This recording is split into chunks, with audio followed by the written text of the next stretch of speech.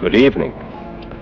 Tonight, I'm going to tell you another strange and unusual story of the unexplainable which lies behind the veil.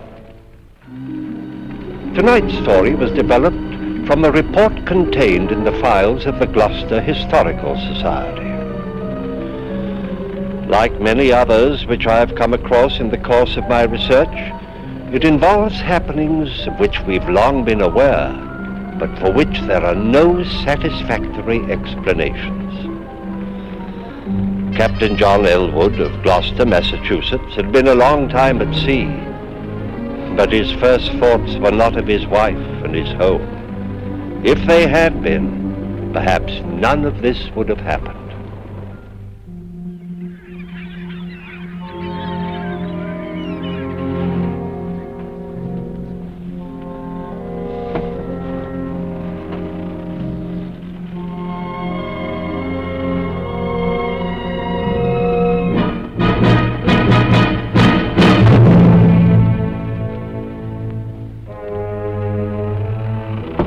Come in.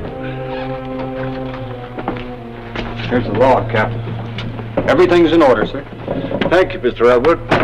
The crew's anxious to leave, sir, and most of their wives are waiting for them on the wharf. Indeed. The way they're behaving, you'd think we were months overdue instead of just 2 weeks. They've likely heard of our trouble with the snakes, sir. Happy to see us alive. Well, just the same, they'll grab their men by the ears and march them off to the paymaster before they start to kiss them. Ah, sir, some. There are all kinds among them. Is Mrs. Elwood out there? Oh, no, sir. The captain's wife is too well bred to show her emotions in public. Indeed. I want you to do something for me, Mr. Logan. I have to go to the company's office to make my report. Will you see that my gear's taken straight to my house? I'll do it myself, sir. That's very kind of you. Tell Mrs. Elwood that I'm fine. Be with her presently. Aye, aye, sir.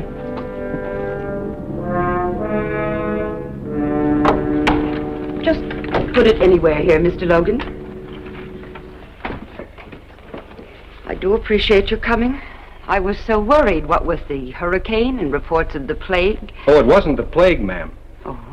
Well, just a lot of poisonous snakes that came aboard while we were in Florida. There was talk that some of the men died. Aye, 2 seamen. 3 others were bitten, but we saved them. It must have been a terrible experience. We were finding snakes, ma'am, all over the ship 2 weeks after leaving the wharf. Did the captain say how long he'd be? No, ma'am. Just said to tell you that he'd be along. Presently. Well, best be getting his dinner. Yes, ma'am. Thank you kindly, Mr. Logan. You're welcome, ma'am.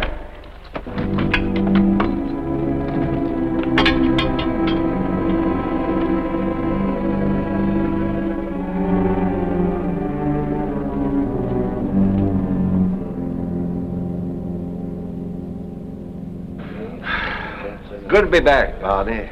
This place is more like home to me than my own house. Hey, we missed you, John. What's been happening while I was away? Oh, now, let me see. The Clarawell foundered 2 weeks ago off the coast. Nobody lost. The packet from England was late again, as usual. I think that's about all. Things have been fairly quiet. See, how about those snakes, John? When are you going to tell us about them? As soon as I get something to wash the salt out of my throat. Oh, yes. Bessie! Coming! Coming!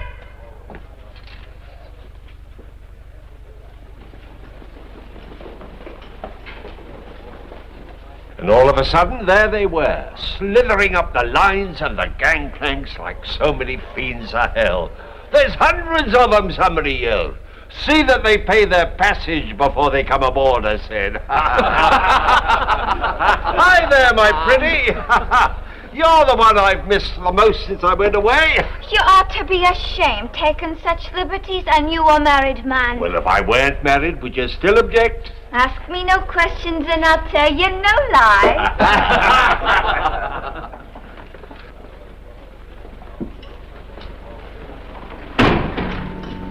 Afternoon, Mrs. Elwood. Good afternoon. I'd like a bottle of that Spanish wine that Captain Elwood favors. I think he'd enjoy it with his dinner.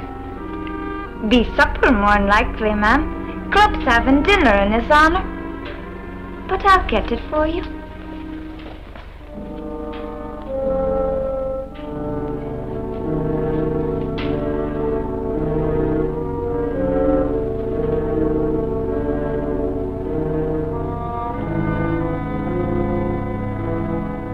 Nobody would have been hurt, but some of the fools tried stamping on the snakes with their bare feet.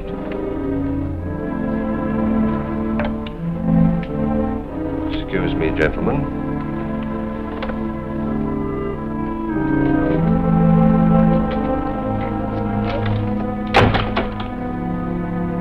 Are you by any chance spying on me? No, John. I only came... I know why you came. Go home and expect me when you see me.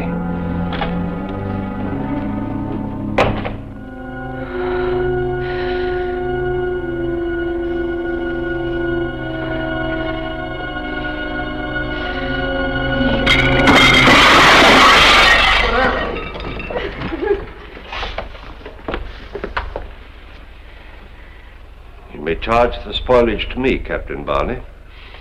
My apologies, gentlemen. Shall we go home now, dear?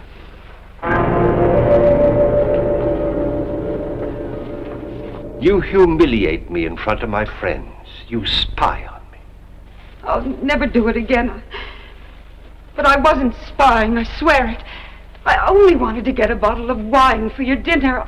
And the table. Was that part of your affection? I don't know what came over me. John, all the time you were gone, I missed you so. I prayed for you. And when you turned your back on me, I wanted to strike out and hurt you as I was hurt. I'm so ashamed. Well, you should be. I'm sick of your explanations, sick of your apologies. I'm sick of you, Ruth. No, John. Leave me something. Ever since I married you, I've been trapped. And for what? The price of a ship that went to the bottom 3 months after I bought her. You needn't have said that. I knew why you married me. I knew my father's money made up for the fact that you didn't think I was gay and amusing like the other girls were. I knew my friends were laughing at me because they knew why you married me. But it made no difference. I loved you. I still love you. Oh, you're talking nonsense. No, John. Please hear me out. Let it alone, woman. You're digging up things that are best forgotten. No, I couldn't bear it if it were only the money. There had to be something else. John, maybe it's not too late. Maybe we could start all over. Oh, Ruth. John, I'm drying up into a bitter old woman. Help me. Please.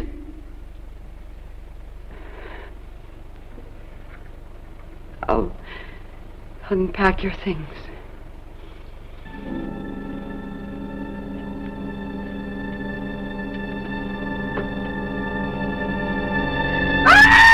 What's the matter? A snake! It ain't get me! What?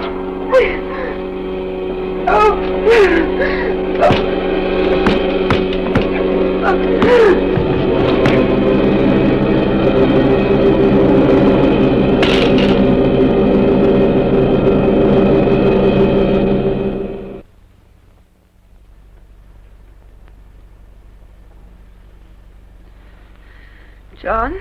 It's all right, Ruth. The snake. He's dead. I killed him. Now, I've taken care of your hand, and the doctor will be here soon. I don't think we'll need him, though. I'm sure I got all the poison out. You saved my life. Well, there wasn't much else I could do. You could have let me die. Why didn't you? Don't be foolish. But you could have. And if you had, you'd be free. No more arguments. No more trouble. You could do as you pleased. But you didn't. You saved my life. Oh, John, maybe we can start all over. Maybe. Try to get some rest, Ruth. I'll get you something warm to drink.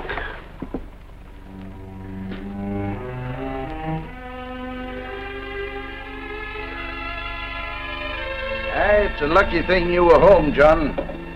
Snake bite's a terrible way to die. Well, she's much better now, and the doctor says with a little rest she'll be just as good as new. You're thankful for that, I'll wager. Oh, I can't wait to sail again. Always more trouble ashore than when you're at sea. And I can't make any money just sitting here, much as I like it. Speaking of money, here's something that'll make you sit up and take notice.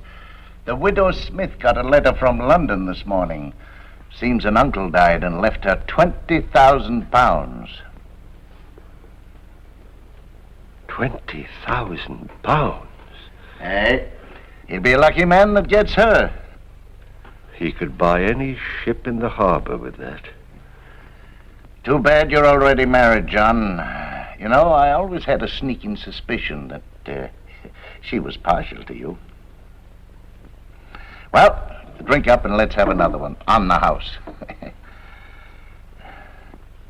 Hey, you're not still thinking of that money, are you? Oh. It won't do you any good. You got one wife too many. Come on, have another drink. Oh, thank you, Barney. I don't think I will. I'm going to get back to Ruth.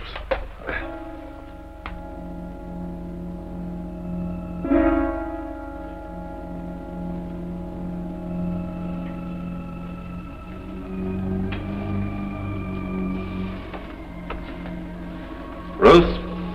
Yes, dear? I've been thinking over what you said.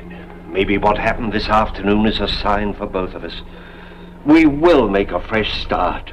Oh. By Harry, I'm going to take you with me on the next voyage. I'll fix it all up with the owners in the morning. Oh, John, I love you for the thought. Are you sure you want me to come along? Why, of course I do. Oh, I've been very selfish about the whole thing. Seeing new places, doing new things, and you've just been left alone here in this old house.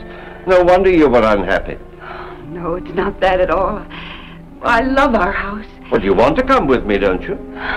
Yes, of course I do. But I warn you, I'm not very good on boats. Huh? I get sick. Oh, nonsense. Couple of days at sea and you'll be just like a regular old sailor. Besides, I want you to come. John, you won't be sorry. From now on, things will be different. Yes. From now on, things will be different.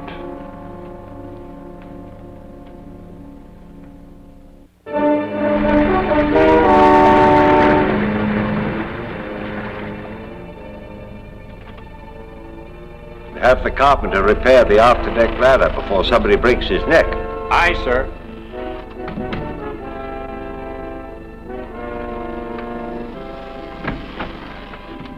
How are you feeling, Ruth? I'm much better, John. Good. I'm better. Good. The cook's made you some more of his specialty. Another calm day like this and you'll be completely well. I didn't mean to be such a burden to you, John. You've been very patient with me. Oh, nonsense. I should have brought you before. You've no idea what a comfort you've been. No idea how lonely a captain's life is. Oh, I should like to be with you as often as you'll let me. So you shall, my dear. Don't let your tea get cold.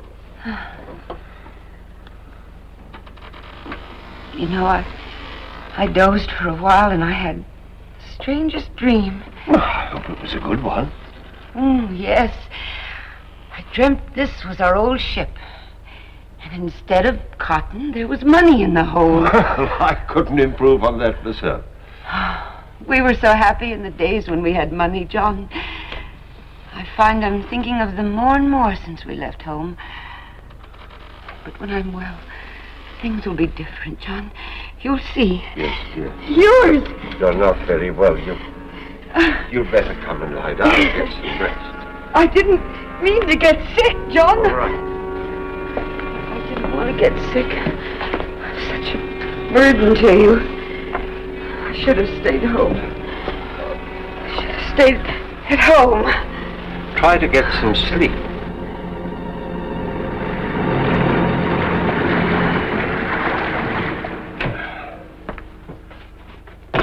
You asked me to see you after my watch, sir. Yes, I did, Mr. Logan. Frankly, I'm very worried about my wife's illness. You've always been handy round the sick, and, well, frankly, I thought maybe two heads be better than one. Yes, sir. I wondered if you'd take a look at Mrs. Elwood, too. I'd be glad to do anything for the missus, sir, if I can. Good.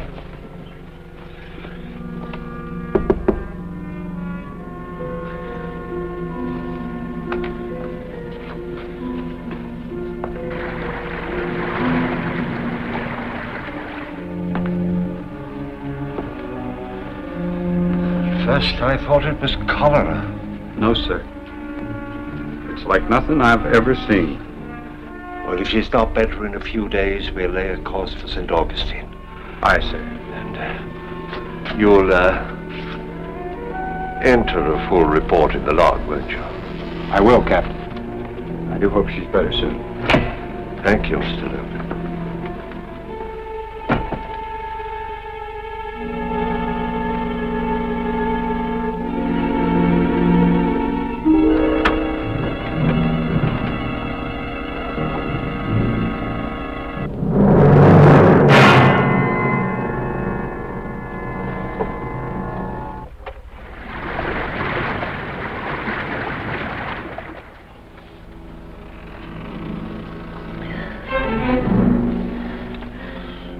How are we to St. Augustine, John?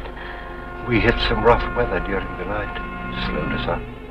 Rough weather? I didn't even feel it. You were unconscious, I'm afraid.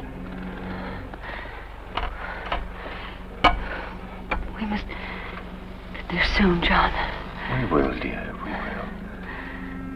Now try to get some rest.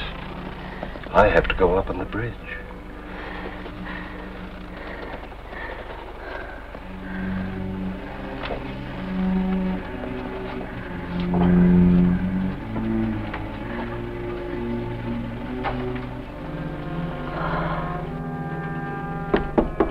Captain Elwood.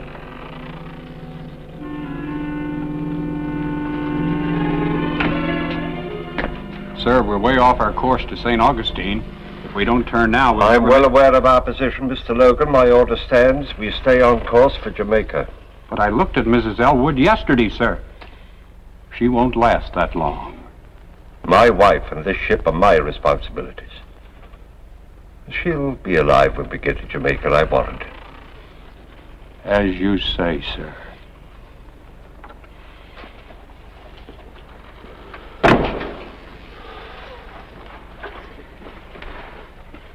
Get back in there. Liar. You caught me dead. Mr. Logan. Mr. Logan. You had enough poison to kill two people. You might as well know it now. I wanted you dead, and now you will be. You're an evil man, John Elwood. And you'll be repaid with evil. You...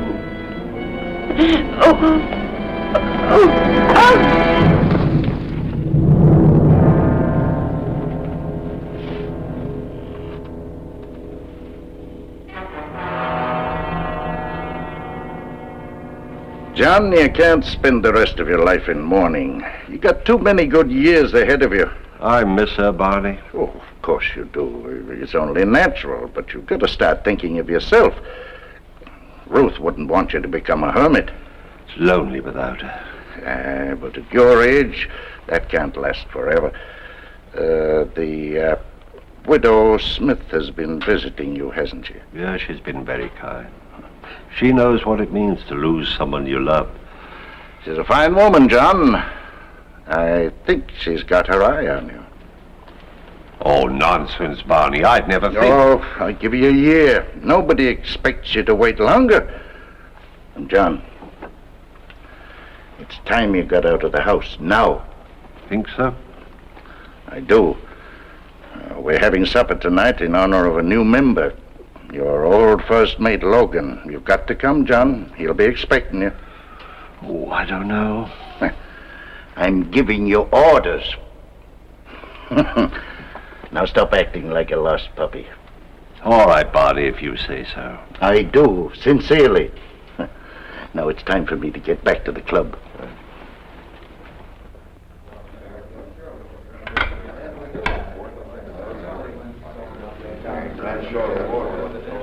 Why, Captain Logan, congratulations and welcome to the club.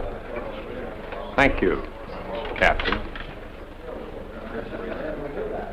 I haven't seen you since the inquest. I feel I owe you an apology.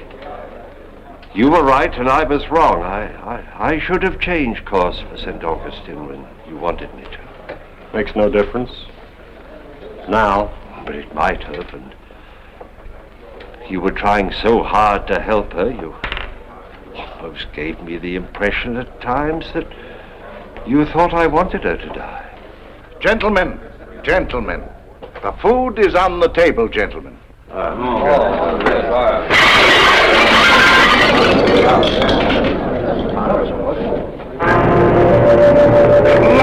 wench! I didn't do it, sir. I didn't.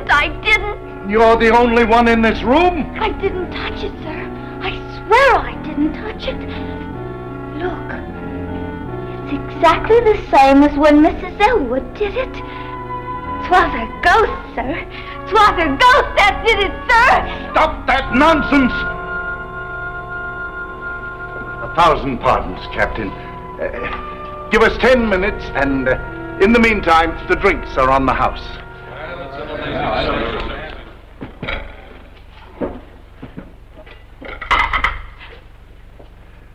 Now, get out, both of you.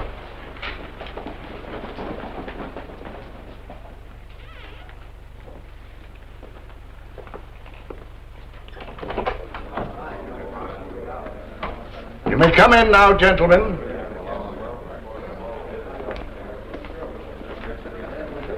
"'Twas the girl did it, gentlemen.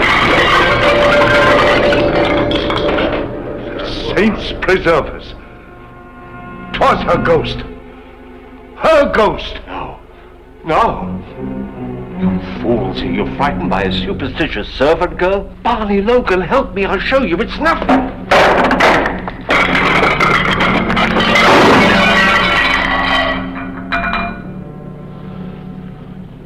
You're behind this, Logan. You're trying to trick me.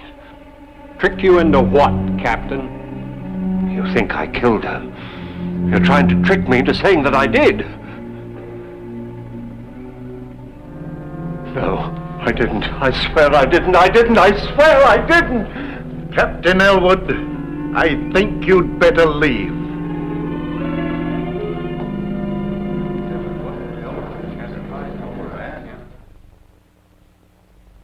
Aye, he finally got a ship, if you could call it that. No other master would sail her around the harbor. She leaked like a sieve, and her crew, well, I wouldn't sail with them across a mill pond. But 'twas all Elwood could get, so he took her. Captain Barney. Gentlemen, have you heard? It's the Coverley. That's Elwood's ship. Aye, her crew's just been brought into the harbor. What happened? Nobody knows. They say that the weather was fair and the sea was calm, and suddenly she just broke up. But her crew was saved. Aye. All of them, all except Captain Elwood. It's retribution. The devil has claimed his own. Gentlemen, the food is on the table.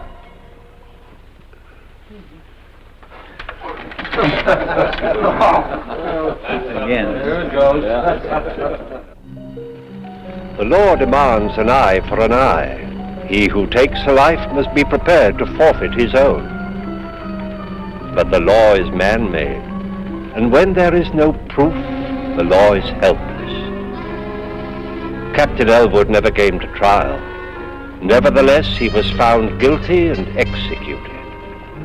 Who was his executioner? We may never know. But an unseen force that can overturn a heavy table is not to be reckoned with lightly. Please join me again for another journey into the world of the unexplainable which lies behind the veil. Good night.